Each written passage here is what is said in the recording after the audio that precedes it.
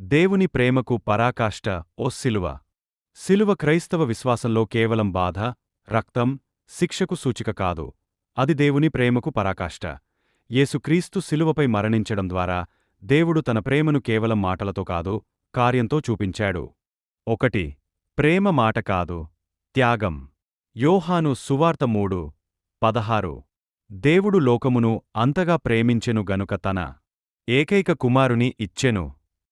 ప్రేమ అంటే ఇవ్వడం. దేవుడు తన కుమారుని ఇచ్చాడు. ఇదే పరాకాష్ట. 2. మన స్థితిలోనే ప్రేమ. రోమా 5:8 ప్రకారం మనము పాపులమై యుండగా క్రీస్తు మన కొరకు మరణించెను. అర్థం: మనం మంచివారిగా మారిన తర్వాత కాదు, మనం అర్హులైనందుకు కాదు, మనం పాపులమై ఉన్నప్పుడు. ఇది కృపామయ ప్రేమ. 3. న్యాయం మరియు ప్రేమ కలిసిన స్థలం. శిలువలో 2 లక్షణాలు కలిశాయి. దేవుని పవిత్ర న్యాయం, దేవుని అపార ప్రేమ. పాపం శిక్షించబడింది, ప్రేమ చూపబడింది. 4. రక్తం ద్వారా ప్రేమ. సాక్ష్యం. యెషయా గ్రంథము 53:5. మన అక్రమముల నిమిత్తము గాయపడెను.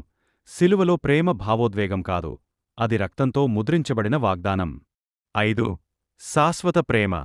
శిలువ ఒకసారి జరిగిన సంఘటన, కాని దాని ఫలితం శాశ్వతం. పాపక్షమ, దేవునితో సంబంధం, నిత్యజీవ ఆశ. సారాంశం: శిలువ చెబుతోంది, నేను నిన్ను అంతగా ప్రేమించాను, నా ప్రాణం ఇచ్చేంతగా. దేవుని ప్రేమకు కొలమానం అడిగితే జవాబు: శిలువ. దేవుని ప్రేమకు పరాకాష్ట.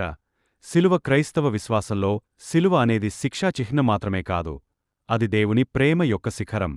యేసుక్రీస్తు శిలువపై మరణించినప్పుడు దేవుని ప్రేమ పరాకాష్ఠకు చేరింది. 1. ప్రేమ యొక్క ఘన ప్రకటన. యోహాను సువార్త 3:16. దేవుడు లోకమును అంతగా ప్రేమించెను గనుక తన ఏకైక కుమారుని ఇచ్చెను. శిలువలో దేవుడు మాటలతో కాదు, త్యాగంతో ప్రేమను చూపించాడు. 2. అర్హత లేని వారికి ప్రేమ. రోమా 5:8 ప్రకారం మనము పాపులమై యుండగా క్రీస్తు మన కొరకు మరణించెను. మనము దేవునికి శత్రువులై ఉన్నప్పుడే ఆయన ప్రేమించాడు. ఇది షరతులేని ప్రేమ, అన్కండిషనల్ లవ్. 3. ప్రేమ మరియు న్యాయం కలిసిన స్థలం. దేవుడు పవిత్రుడు, పాపాన్ని శిక్షించాలి. దేవుడు ప్రేమగలవాడు, పాపిని రక్షించాలి. శిలువలో పాపానికి శిక్ష పడింది, పాపికి క్షమ లభించింది. అందుకే శిలువ ప్రేమ యొక్క పరాకాష్ట. 4. త్యాగ ప్రేమ. ప్రేమ యొక్క పరమరూపం.